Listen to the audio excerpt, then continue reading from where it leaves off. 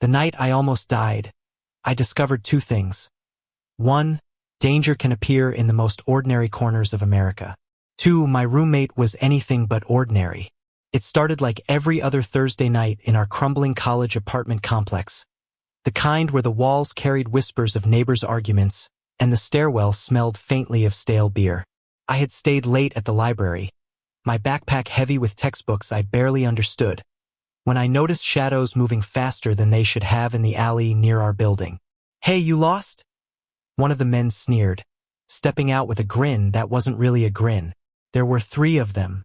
Their eyes glittered with something I couldn't name but instantly feared. I froze. My phone was dead, my legs rooted. For a split second, I thought this was how my story ended, another nameless college kid on the wrong side of a city street. But then he appeared. Eli. My roommate. He wasn't supposed to be there, he never walked this way home. Yet he stepped between me and them, his body like a shield. His voice was calm, almost too calm. "Walk away," he told them.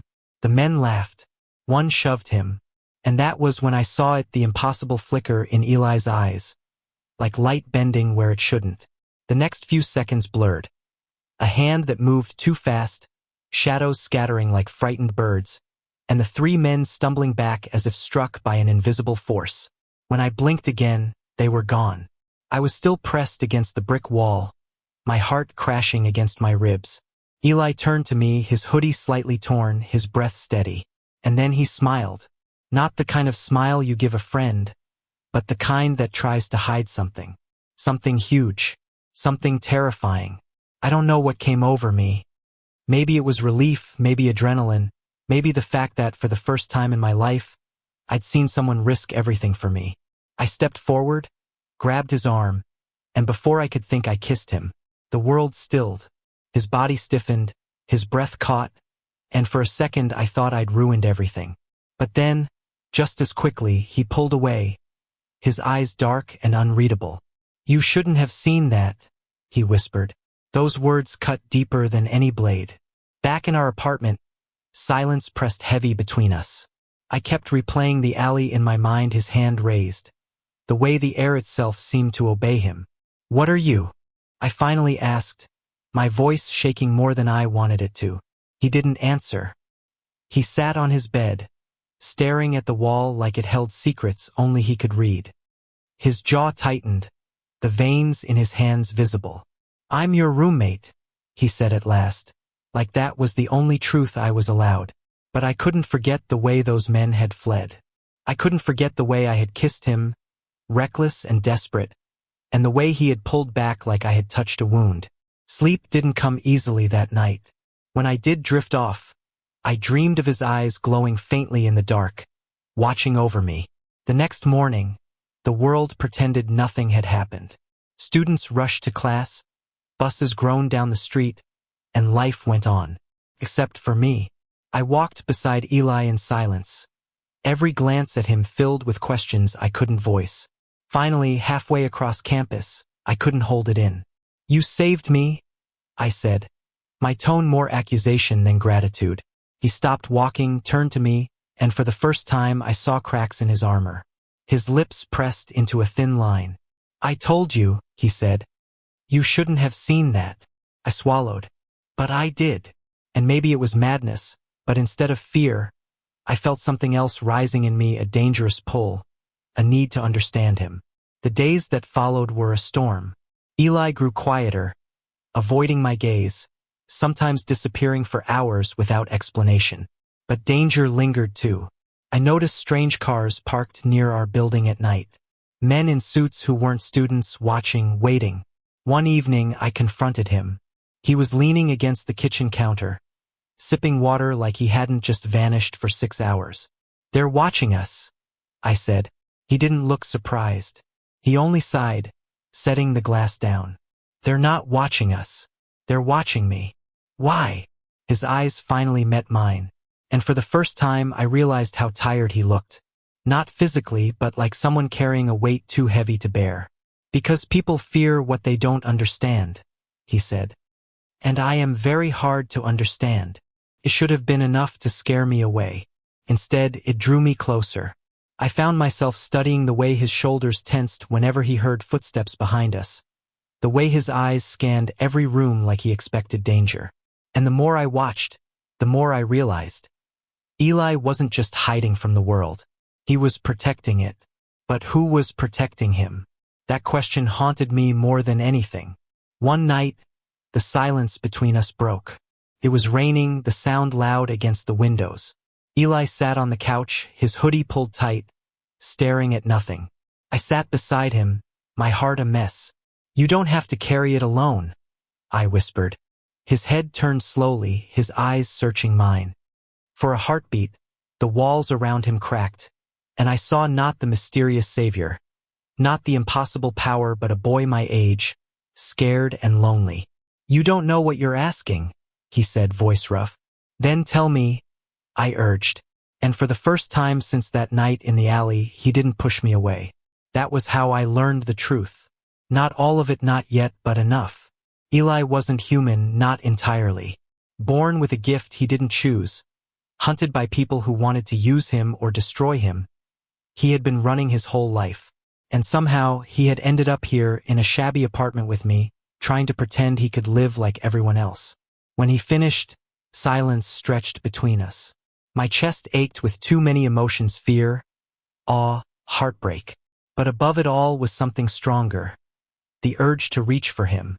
So I did. My hand brushed his, tentative, waiting for him to pull away. But he didn't. And when his fingers curled around mine, the storm outside suddenly felt less terrifying. But happiness was fragile. Too fragile. The men in suits didn't just watch anymore. They closed in. One night, as we walked back from class, a black SUV slowed near us. Eli's body went rigid, his grip on my arm tightening. "They've found me," he muttered. And that was when I realized something. The kiss in the alley, the nights of silence, the fragile threads pulling us closer, none of it mattered if they took him away. Because I wasn't just falling for him. I already had. The black SUV rolled closer, its tinted windows reflecting the faint glow of the streetlights. I could feel Eli's hand gripping my wrist so tightly it almost hurt. "Run," he said, but I didn't move. Couldn't. My legs shook. My chest burned with fear, but leaving him wasn't an option. "I'm not running without you," I whispered. The SUV door opened. Two men stepped out, dressed in black, their presence heavy with authority. They weren't strangers, they were hunters. The kind of people Eli had warned me about in broken fragments, the kind of people who believed his existence was a threat. "Eli," one of them called, his voice calm, too calm. "You know how this ends. Don't make it harder." Eli straightened, placing himself between me and them. His hoodie clung to his shoulders in the damp night air, and for the first time, I understood the weight of every moment he had carried alone. "It doesn't end with me going with you," Eli replied, his voice steady. The man sighed, as if disappointed. "Then it ends with him." His finger pointed at me. My blood turned to ice. Before I could react, Eli raised his hand and the air itself shifted. The pavement beneath us trembled. The streetlights flickered, and a wind surged out of nowhere, hurling the men backward. The SUV's doors slammed shut as if an invisible force had ripped them closed. The night roared with Eli's power, wild and uncontained. For a heartbeat, he looked terrifying, like something beyond human, something the world would never accept. But then his eyes met mine, and all I saw was fear. Not of them, of himself. "Don't look at me like that," he whispered, his voice breaking. I didn't hesitate.